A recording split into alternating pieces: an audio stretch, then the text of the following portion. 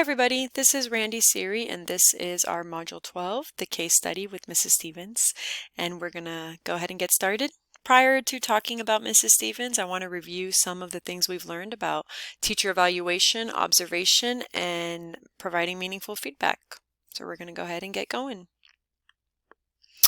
So in order to conduct meaningful walkthroughs and observations, I think a supervisor can do this by completing and conducting frequent 3 to 5 minute walkthroughs at different points throughout the day, in the morning, at the end of the day, and all throughout. Having such frequent visits into all classrooms that it's kind of just second nature. Nobody thinks it's a big deal when the leader walks in and things continue business as usual. I think this is the clearest way to get the best picture of what's actually happening.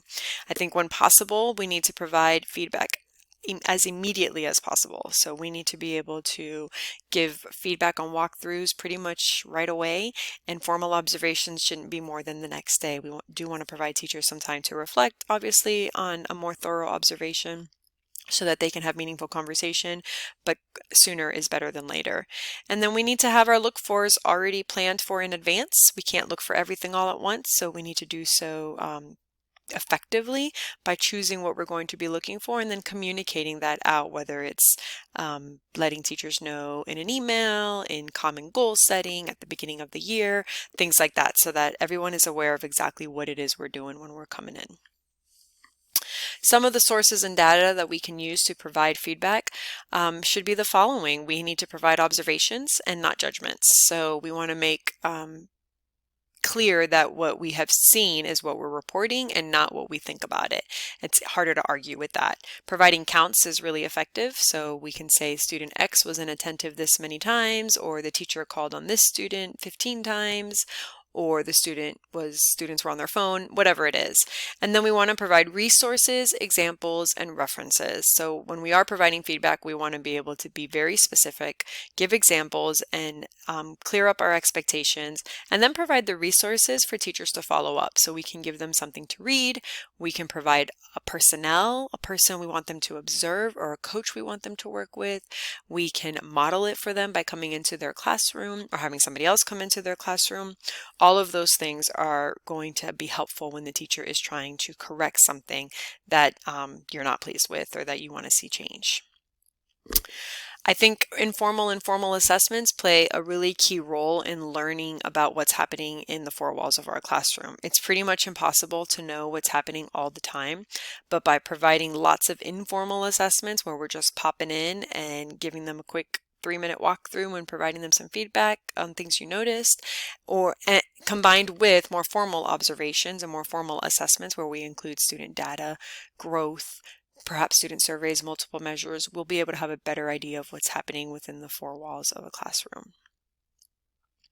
So some sources of data to monitor and evaluate instructional strategies. I think first and foremost, as leaders, we need to be up to date on our school, county, and state laws, particularly if we're working in a public school. Even more importantly, if you're working in the private sector, those are sometimes harder to keep up on and harder to get clear expectations with. So we need to make sure that we're reading everything that we're coming across. I think we have to set the example of staying on top of educational research and trends in education. We need to provide articles, access to educational journals, websites, funding for research if the teachers are interested in doing that, or if we want them to do something based on research. And then we have to provide them time with each other. I think that's really, really important and a key resource that we often miss.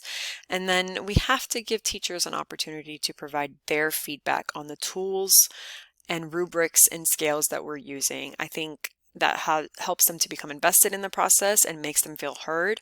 Plus, sometimes it's been 5 or 6 years since we've been in a classroom on a full-time basis, so we need to know what it is they want us looking for as well.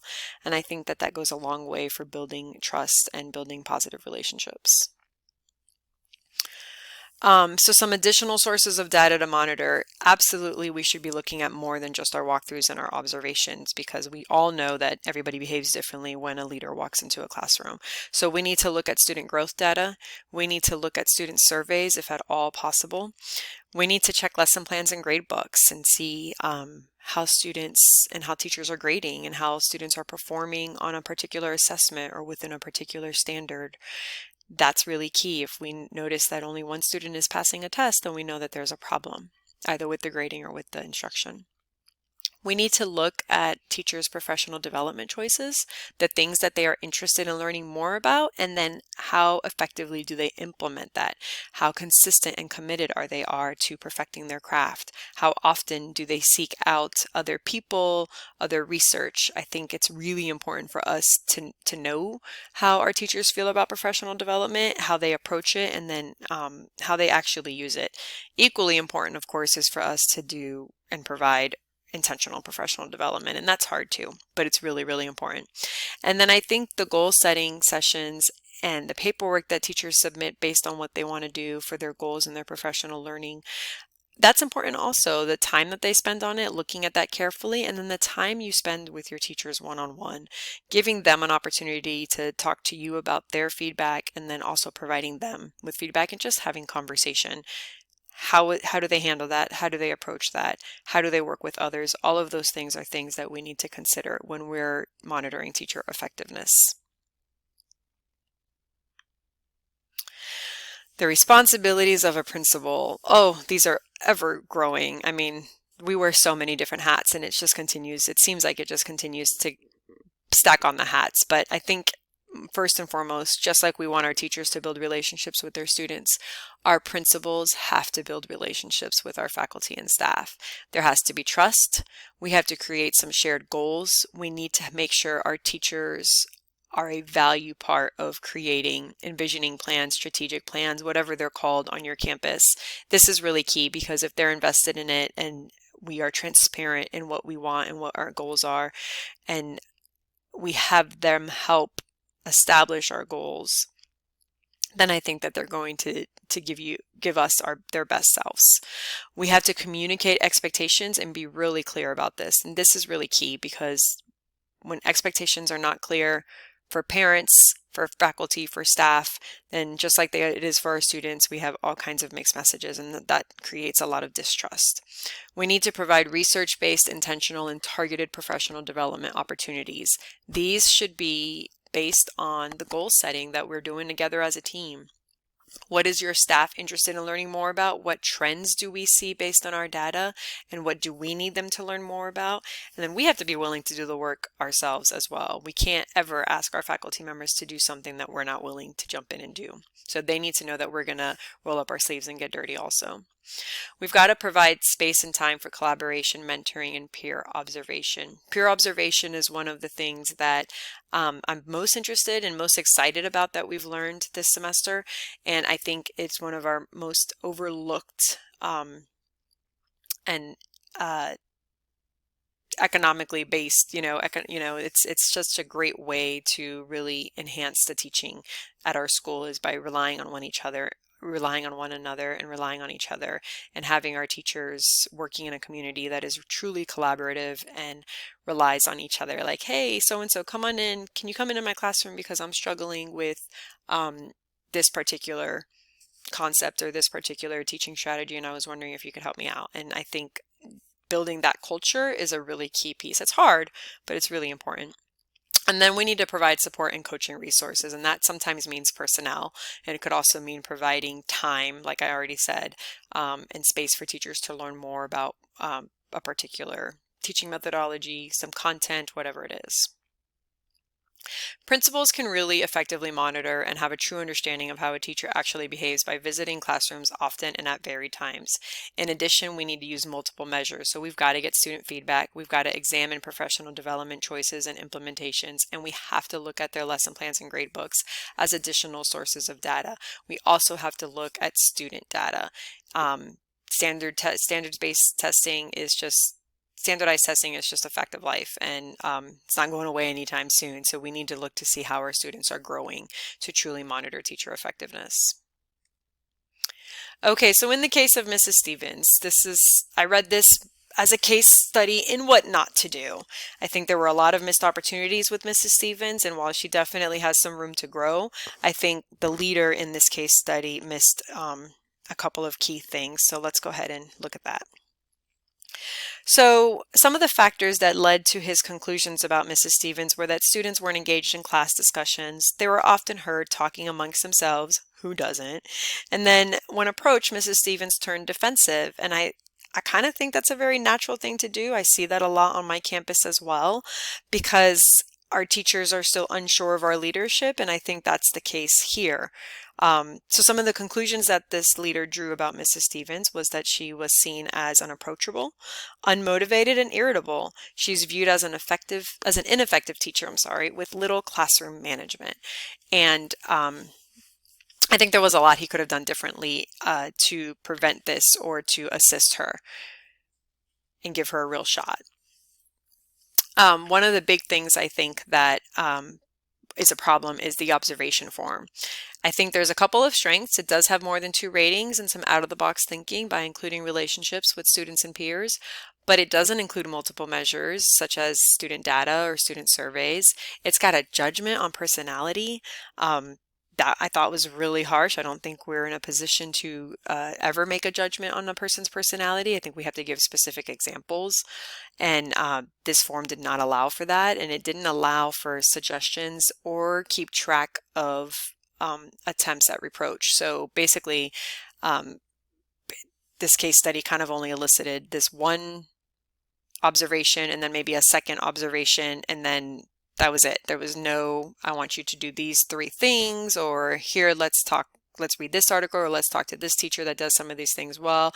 There was no opportunity for her to give any feedback, and I think that's a problem as well. There was no place for her to respond on her form, or it seems in the meeting that they had. So looking at our school district policies and our guidelines, I currently work in a parochial school. Parochial schools don't have a lot of guidance in my state. Decisions are pretty much based on each campus's pastor and principal. But as a newer school, we are working to formalize our evaluation systems, and we've gotten a lot of teacher feedback and how they like to do this and what they would like to see us looking for. So this is kind of where we landed this year. At my current school, new teachers are formally observed twice a year. Veteran teachers are only formally observed once a year. However, walkthroughs are given to both new and veteran teachers on a regular basis. We're in those classrooms several times a week. We're not always providing feedback. Sometimes we're just walking through, but when we are providing feedback, it's at least twice a month, and they're at different times. And that feedback is immediate. We do conduct beginning of the year goal setting, and then we check in mid-year and end of the year to review the goal setting and as part of the summative feedback as well. So a summative review is conducted when we talk about contracts for the next year and go through walkthroughs, data, formal observations, goals, professional development, things like that. Our district sets standards for the appraisal forms and the number of walkthroughs, feedback given, and what kind of feedback's given. They've got a pretty extensive rubric. They even outline the number of times a leader has to coach and provide opportunities for correction before they are allowed to formally write them up or anything like that, and it all has to be documented. There's some pretty clear expectations laid out in the appraisal handbook for our district. So what does this mean for Mrs. Stevens? If she was working at my school, we would be able to let her go if that was the decision that we were going to make, based just simply on her 1 year or the last few months even of conduct and the way she responded. But that's not really what I think should happen. I think what should happen would be more what would be in line with our school district, and this is kind of how we're approaching it at my school, even though we could do it the other way. She would definitely need some coaching, some specific examples of things that she needs to change, some resources on how to change those things, and then some deadlines by which to change them, and then some additional opportunities for observation. So there's a lot that could be done to Mrs. Stevens, and in the district, I think she would definitely have a case if she was dismissed the way it was described in the case study. I don't think our school would dismiss a teacher in that way. When we have dismissed teachers, we've documented several attempts at changing behaviors. So we always want to give people an opportunity to correct what they're doing, to change it, to learn more, and to work with others. And I think that's key, and it all comes down to our principals building that kind of relationship and culture within the school. So thank you so much for watching, and thank you for a wonderful semester. I look forward to seeing some of you again soon.